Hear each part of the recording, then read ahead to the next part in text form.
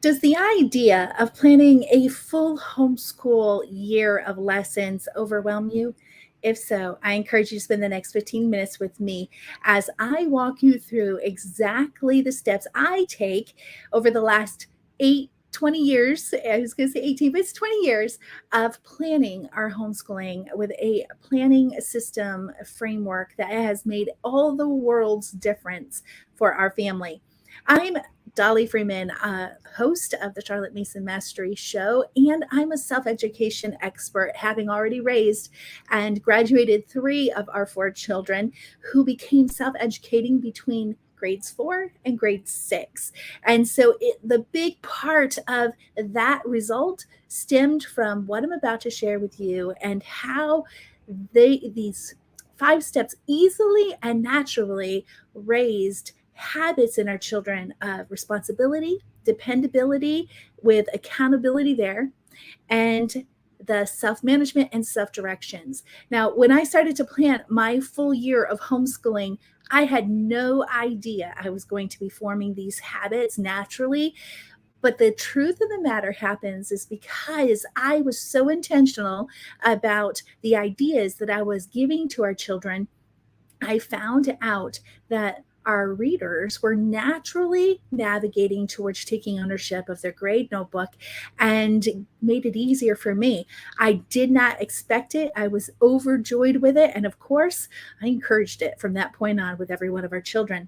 So if you are new to the show, I want to tell you 3 of the things you're going to be learning in this episode: why you should plan a full year, and the steps to planning your curriculum, and how to still feel flexible throughout the year. Because these, let's face it, we're homeschooling for a reason. And I'm going to share with you the key things, being flexible even when you have your full year plan. So, how about we get started with today's episode? If you don't have paper and pen, I encourage you to grab some now because you're going to want to take these 5 steps down. Now, again, these steps have been perfected over the years, and I am going to tell you that I have done every sort of planning under the sun, and these planning steps have been the one that has been tried, tested, and perfected, is what I like to say, over the 22 years of homeschooling. I literally went from spending my entire summer with our children to plan 2 elementary grades. From that to now only taking 4 hours to plan elementary year and 8 hours to plan a high school year. So when I tell you these steps work, please trust me and my experience to let you know they do. So let's get started with that. Number one step is to identify each child's interest. Now, if you're the kind of mom who's like, you know what, Dolly, I am so overwhelmed with planning, I am just going to go straight to that box curriculum and I'm going to just get it because it's all done for me.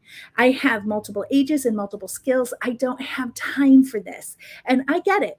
I do. I understand where you are. But let me give you a little food for thought.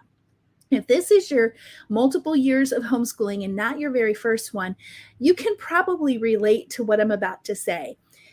That easy getting started with that box curriculum that lays all the plans out for you makes it easy for you to just take and start your school year. But how does the rest of your school year go? Do your children love what they're learning? Do they grab it eagerly and get the things done? Or do they balk and complain about the assignments in there? Or do they really take hours to get through a lesson because they just can't seem to focus and the lesson doesn't keep their attention? If you can relate to that, I want you to know that by understanding how to plan for your child's interest will change all of that, because you will go into the year understanding exactly what will earn eager attention with your children and will get them eager to pick up and work through their lesson plans. Number 2, determine what the child needs to learn. This is so important. Now, I teach very much about child interest lessons, but don't get me wrong when I tell you that you need to also be very aware and concerned about the things your child needs. Charlotte Mason tells us that we should not leave the ideas to chance. So chance means seeing what the child is interested. Instead, I teach you how to couple both the child interest with what they need. Charlotte Mason calls it a liberal education, a generous, bountiful education, and making sure that you're not just focused on appeasing homeschooling laws, but that you are doing all you can to make sure your children are moving through the educational path that is that literal natural birthright to all of us. So making sure you are aware of what they need. Some of that might be where they're behind, where they're struggling, where they're really having difficulty, or if you have one of those children who are just really loving learning and they're excelling at their things, how can you keep challenging them to the point of giving them more to learn? And then number 3, combine the interest and the needs into a yearly syllabus. This is where you start your planning. There is a lot of prep work before you get to this. I want you to be researching your curriculum. I want you to be thinking, does this really interest my child? Does it align with our purpose in homeschooling? Is it wholesome ideas? Is this all my child needs? Would my child be attracted to this? How can I introduce these to my children? A lot of those things should be your processing prior to you getting to this step of combining those interests and those needs into a yearly syllabus. So don't, come into this and say, okay, I'm going to start my yearly syllabus. I plan my yearly syllabus in here for months. I kid you not, for months.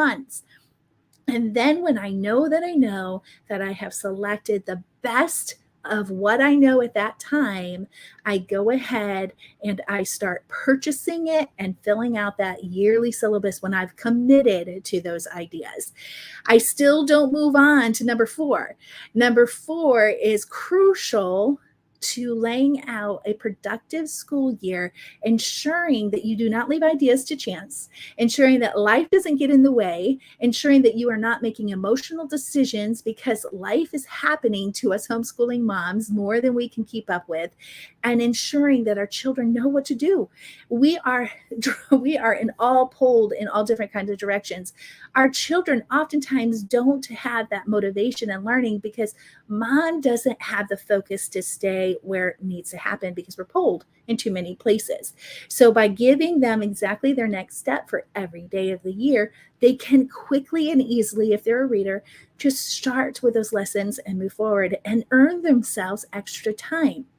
Time is a gift we all have, and we can either use it or lose it. So we really need to become intentional about that. So I mentioned step 4. Step 4 is to plan each subject one at a time to ensure you're planning according to the phase of the educational path for that child. So this is a big part. This is why I create the planning framework. This is why I really want you to understand this concept. Now, this concept will work even if you're not using the Charlotte Mason method. But what I want you to know is if you understand the knowledge of how to use the Charlotte Mason with what I'm teaching you, you're helping your child move through the educational path much faster and with ease and with retention, which we all desire. And then not only retention, but acceptance of what you're giving to them. Oftentimes, children graduate with rejecting what their parents have given to them. And it's that educational path that will help them process and prepare for lifehood and reaching that ultimate goal that we have in educating our children. So what is that? What's that look like? I walk through you step by step exactly how to plan out one subject at a time for your children inside the planning framework. So if you're stuck here, you would benefit greatly with a planning framework. So step number 5 is assign a focus subject, daily subjects, and afternoon subjects for the week that naturally creates a daily routine. I know we moms struggle with routines, especially the more children we have and the more life demands that are on our plate. But when you recognize that there are 21 subjects of Charlotte Mason, and understanding how to take those subjects and put them into 5 focus subjects for one day a week, Monday, Tuesday, Wednesday, Thursday, Friday, you will find that it would be easier for you to fit everything into that week. And some subjects are daily Others are these focused. And so when we recognize the difference between the subjects, how often they should be touched, it will really eliminate a lot of the overwhelm. And then the afternoon subjects, Charlotte Mason tells us that children should educate between 2.5 and 3.5 hours. And of course, based on high school laws or high school credits, that does increase for high school children. But then there are subjects in the afternoon that a lot of moms feel like they have to cram in the morning.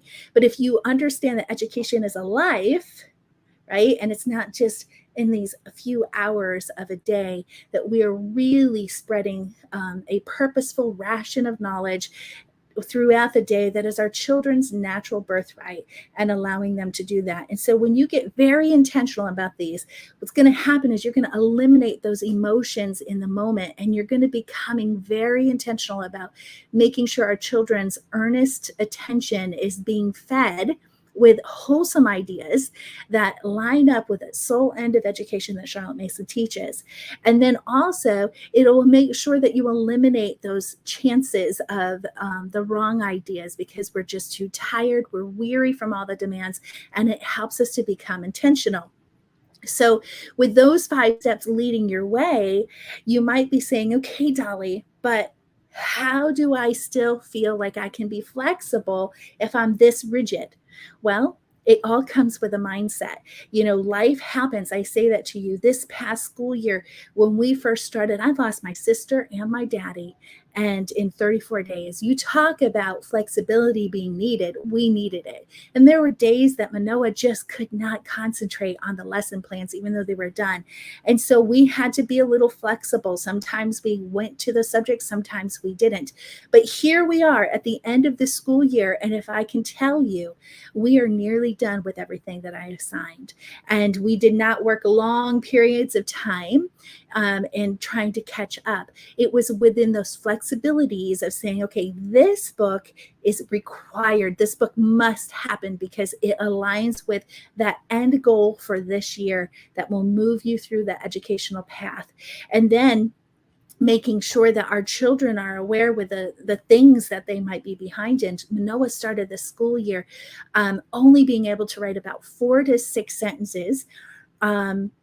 Because he's dyslexic, and we struggled with reading for a bit. We got him up to reading, and then I'm like, now we'll focus on the writing.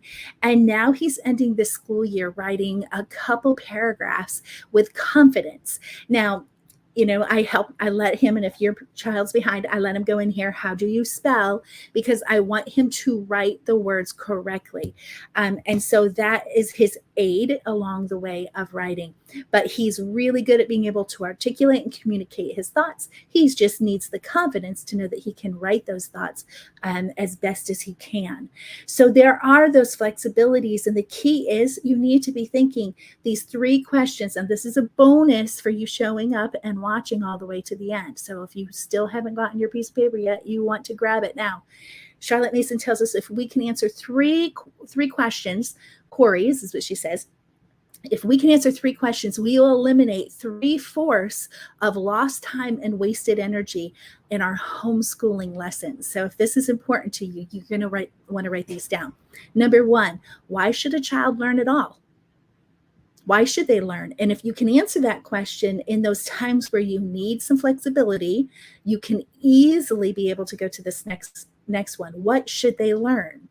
When we recognize, okay, what should be the key things that will help them move through this educational path to that soul end of education that Charlotte Mason designed, then you're easy to say, this is a priority today, or this is a priority for this week.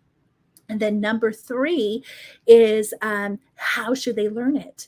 And if you can answer these questions in the hardest of times when you feel like those plans can't necessarily go as you laid them out, you can make some flexibilities along the way. Now, here's a little bit of a little help along the way is I want you to recognize that public school systems, they make plans, and they're only required to finish 80% of the plans in order to move forward.